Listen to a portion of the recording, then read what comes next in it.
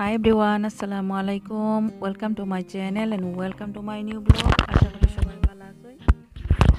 যে যেখান থেকে আমার আজকের এই সুন্দর ভিডিও দেখরা সবার প্রতি অনেক অনেক দোয়া রইল। এই তো নতুন আরেকটা গার্ডেনিং ব্লগ নিয়ে এলাম। আশা করি সবার ভালো লাগবে যারা গার্ডেনিং ব্লগ ভালো পান। তো আজকের ব্লগে আমি শেয়ার করি আর নাগামরিচের গাছ কিভাবে আমি টবের মাঝে রোপণ করি। এখানে বেশ কয়েক ধরনের নাগামরিচের গাছ আছে।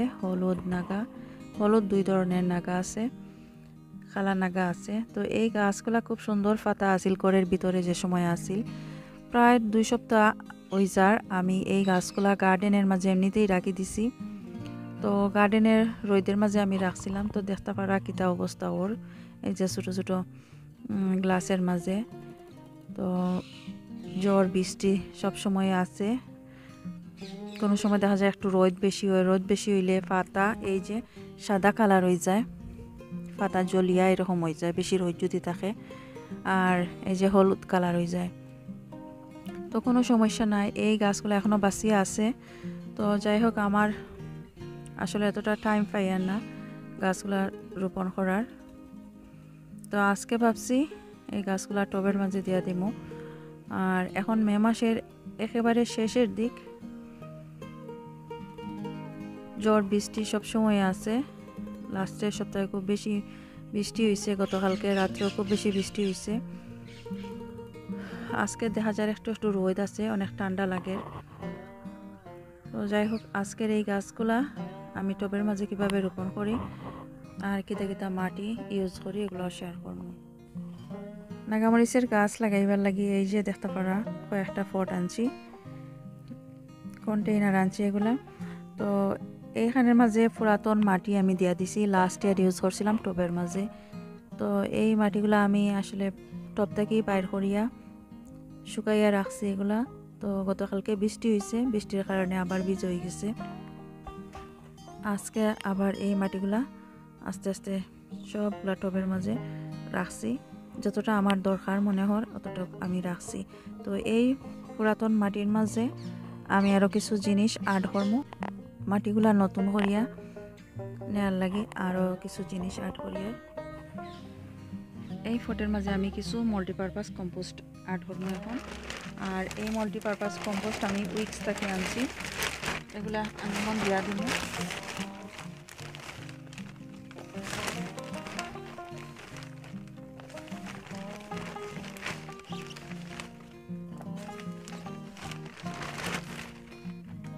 এখন দিয়া দেওয়ার কিছু ফার্মিয়ার্ড ম্যানোর,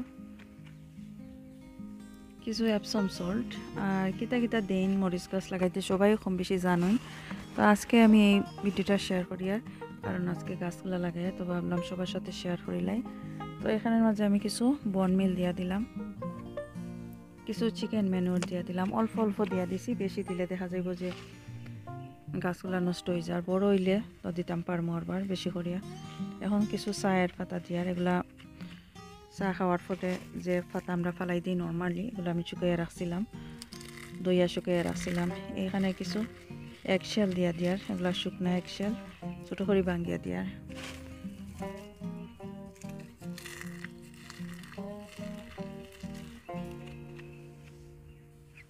প্রতি বছর আসলে অনেক নাগামরিচের চারা করি, আর যখন বড় হয় আর টবে দেওয়ার সময়, বাইরে গার্ডেনে দেওয়ার সময় তখন আসলে অতটা থাকে না, সবগুলা মরি যায়। বড় বড় হইয়া অনেক সময় গাছ মরি যায়, তো আর অনেকের সাথে শেয়ার করতে পারি না। আর সবাই চান খালা নাগার গাছ, তো খালা নাগার গাছ আসলে গিফট করার পরে একটা দুইটা থাকে আমার, আর প্রায় গিফট করিলেই আমি। হলুদ নাগা আসলে সবাই নিতে চাই না, কারণ খালা নাগার মতো এতটা জাল নাই দেখিয়া, তো সবাই চান খালা নাগা বাংলাদেশি নাগামরিচ নিতা। তো এই কারণে আসলে অনেকের সাথে শেয়ার করতেও পারি না, গাছও তেমন একটা থাকে না।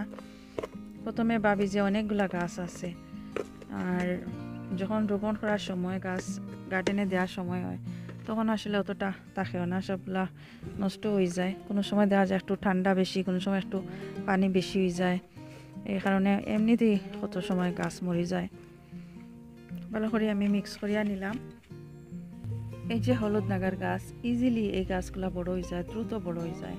এগুলো বাংলাদেশি হলুদ নাগা, আর ইজিলি বড় হয়ে যায় দেখতে পারা। তো সেম টাইমে এই যে খালানাগার গাছ লাগাইছি, তো অবস্থা দেখতে পারা এটা ছোটো রয়েছে এখনো। আর আগা ভাঙ্গিয়া দিলাইছিলাম আর গার্ডেনে তো রাখি দিছি, এই কারণে পাতাগুলো এই যে জড়িয়া পড়ে গেছে, প্রায় পাতা জড়িয়া পড়ে গেছে, বৃষ্টি ওর সবসময়। আর আগা ভাঙ্গিয়া দিছি, নতুন করে এই আগা বাইরেছে।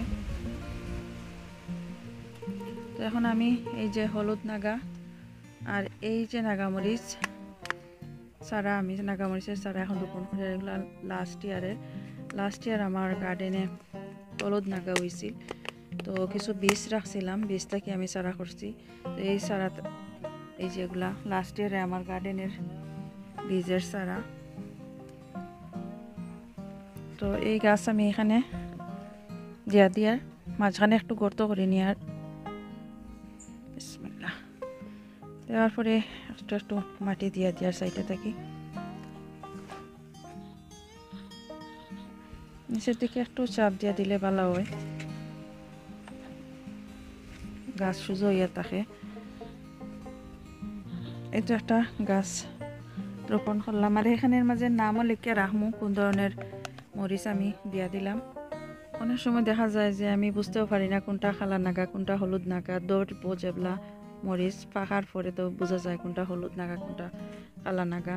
এরপরে অনেক সময় দেখা যায় আমি গিফট করিলাই, এরকম তো বোঝা যায় না কোনটা কালা নাগা আর হলুদ নাগা। এই কারণে আমি এই যে নাম লিখে রাখলাম এমনিতেই। তো আরও স্টিক দিয়া নাম লিখে রাখবো। এখন এই পেপারটা এমনিতেই রাখি দিলাম, আর এই পেপার থাকলে আসলে বেশি বৃষ্টি হইলে আস্তে আস্তে লেখাগুলা যাইবগে। তো আর আমি স্টিকের মাঝে লিখে রাখবো, নাম লিখে রাখবো কোন ধরনের নাগামরিচ। সেম একইভাবে আমি আর একটা নাগামরিচের গাছ এইখানে মাঝে লাগাই নিমু, এই যে খালা নাগার গাছ এটা লাগাই নিমু। সেম একইভাবে সব কিছু দিয়ে আমি মাটি রেডি করিয়ে নিই। আর প্রথমে এই তো মাটিগুলা রেডি করিয়া নিছি, আর এই মাটি যে এখন আমি রেডি করি আর সেম টাইম লাগাই। আর তো আসলে সময় যদি থাকে তাহলে আরও এক সপ্তাহ আগে মাটিগুলা রেডি করিয়া নিলে আরও ভালো হয়, আর সাথে সাথেও এইভাবেও লাগানি যায়, আর এক সপ্তাহ আগে করিয়া নিলে আরও ভালো হয়। তো আমার আসলে এতটা সময়ও পাই না, তো এই কারণে সাথে সাথে এই গাছগুলাও লাগাইয়া নেই। তো কোনো অসুবিধা হয় না, দেখছি আমি সবসময় এইভাবেই লাগাই, আর সময় যদি পাইতে আগে থেকেও মাটি রেডি করিয়া নেই। তো বাকি যে গাছগুলো আছে সেম একইভাবে টবের মাঝে দিয়ে দিব। এখন এই যে এই ফটের মাঝে দুইটা গাছ দিছি, গাছগুলা বেশ ছোট রয়েছে, ছোট থাকার কারণে আমি দুইটা দিয়া দিছি একটা টবের মাঝে। তো এগুলা বড় হইলে আসলে আমি সেপারেট করতে পারবো আর একটু বড় হইলে।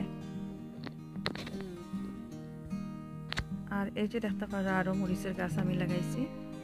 তো এই যে মরিচের গাছ খালা নাগার গাছ, এই গাছ আর একটু যখন বড় হইব তখন আমি এই টব সহ আমি একজনকে গিফট করে লাইমো। আর এখন এই টবের মাঝে থাকবো চাই আর একটু বড় হইতো। এই একটা খালা নাগার গাছ, সেম টাইমের গাছ, বাট গার্ডেনে রাখার কারণে বেশি রোদ আবার বেশি ঠান্ডা বেশি বৃষ্টি, এর কারণে গাছের পাতাগুলো এরকম হয়েছে। তো এই গাছ আমিও গিফট করে লাইমো।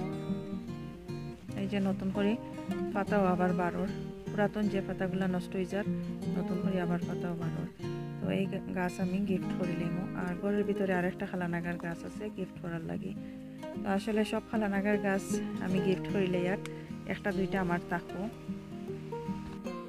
এই যে সবগুলা গাছ আমি এই জায়গাটা নিয়ে রাখছি, যে জায়গাতে একটু সূর্যের আলো বেশি পাওয়া যাইব এইখানের মাঝে নিয়ে রাখছি। তো গাছের গোড়ার মাঝে অল্প পানি দিয়ার, যেহেতু অলরেডি ভিজা আছে মাটি, গত রাত্রে খুব বেশি বৃষ্টি হয়েছে, আর বেশি যদি পানি দিই তাহলে দেখা যাইব গাছগুলা ফসে যায়। তো জাস্ট গোড়ার মাঝে একটু পানি দিয়ার, যেহেতু আজকে গাছ লাগাইছি এই কারণে। তো যদি ভালো লাগে আমার আজকের এই video please like share and comment করবা।